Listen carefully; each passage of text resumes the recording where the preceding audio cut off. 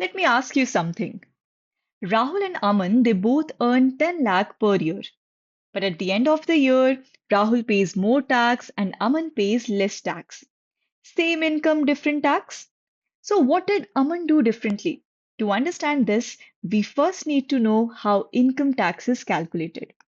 And once you understand this process, you will know exactly how Aman saved his tax. Let's start with something called gross income.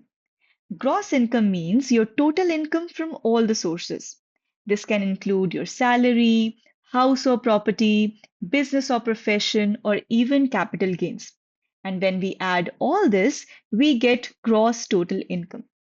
Now comes the most important part, deductions under different sections. The government always allows you to reduce your income using certain sections like ATC, which includes investments like LIC, PPF, tuition fees, ATD, under which we can take health insurance, then ATG, under which donations can be made to the Prime Minister or Chief Minister Relief Fund, etc. But under ATC, you can claim deductions up to 1.5 lakhs. Yes, this is where Aman made the smart move. So let's go back to Rahul and Aman. Rahul did not invest anything, but Aman invested 1.5 lakhs under Section ATC. Now, if you calculate the taxable income, so taxable income for Rahul will come out to be 10 lakhs minus zero. That's the gross income minus zero deductions. That is 10 lakh rupees. And for Aman, it will come out as 8.5 lakh rupees. Now you can clearly see the difference, right? Even though both earn the same money, but Aman's taxable income is lower.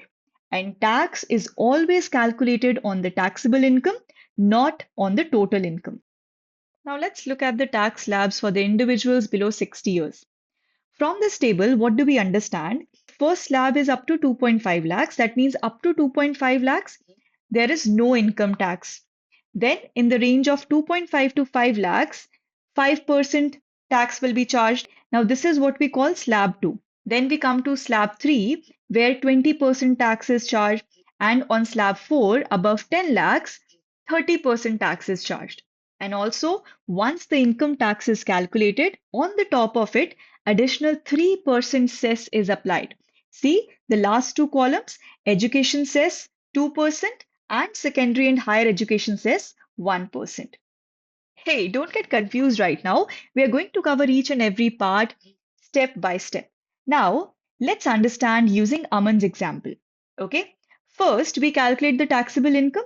Now we know that Aman's gross income is 10 lakh, investment is 1.5 lakh, so the taxable income will be gross income minus deduction, which will come out as 8.5 lakhs, right? Now, what will be the step 2? We have to apply the tax slabs. Let's start with the very first slab, that is up to 2.5 lakhs. And in this slab, we have 0% tax, means the first 2.5 lakhs of your income is completely tax-free. Now, you might wonder why is that? Because the government wants people to meet basic needs like food, rent, education. So what do we do here? We simply remove 2.5 lakhs from the taxable income and we are left with 6 lakhs rupees, and that is our remaining income. Now we move to the second slab, and this part of the income is taxed at 5%. But very important, we are not taxing the whole income, only this portion. Now, if you look at the slab, it has a fixed width of 2.5 lakhs. So, tax will be 5% of 2.5 lakhs, that is 12,500 rupees. Remember that this slab will always give this much tax. Now, we again calculate the remaining amount. So, we subtract and we get the remaining income as 3.5 lakhs. Now comes the third slab. In this slab, the width is 5 lakh rupees and the tax rate here is 20%. But again, very important, we don't always have the full 5 lakh left to tax, right? Like in this case, only 3.5 lakh is remaining, right? So we apply 20% only on this remaining amount. So tax will be 20% of 3.5 lakhs, which will be 70,000 rupees. Now let's find the total tax quickly. So the total tax will be 0 plus 12,500 plus 70,000. Now 0 is the tax from our slab 1, 12,500 from our slab 2, and 70,000 from slab 3. So the total becomes 82,500 rupees. But we are not done yet. One last step remains. Now we add cess. Cess is 3% of the income tax. Now 3% of 82,500 will be 2,475 rupees. So the total tax payable will be 84,975. Now you might be thinking, this is a lot of steps, right? Is there a smarter and the faster way to calculate the tax? Yes, there is. Let's understand with an example. Here, the income is 7 lakhs rupees.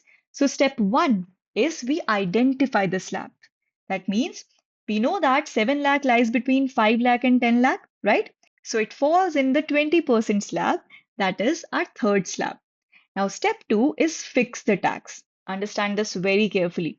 Before this slab, we already have two slabs. Let's fix their tax first. On the first 2.5 lakh rupees, there is no tax, that's our first slab.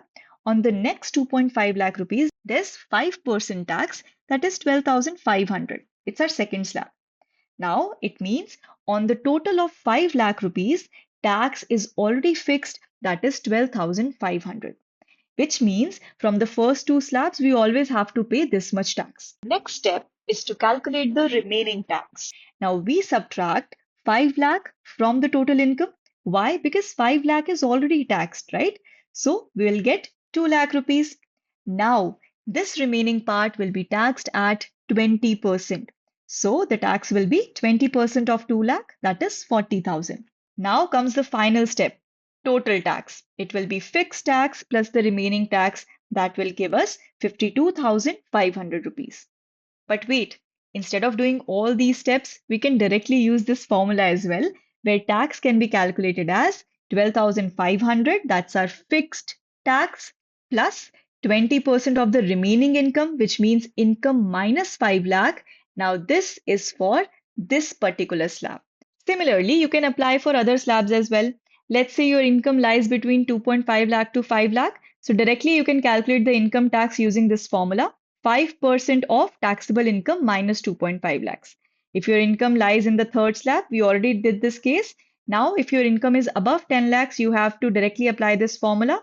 So the fixed tax in this slab will be 1,12,500 plus 30% on the taxable income minus 10 lakh. That's our remaining income.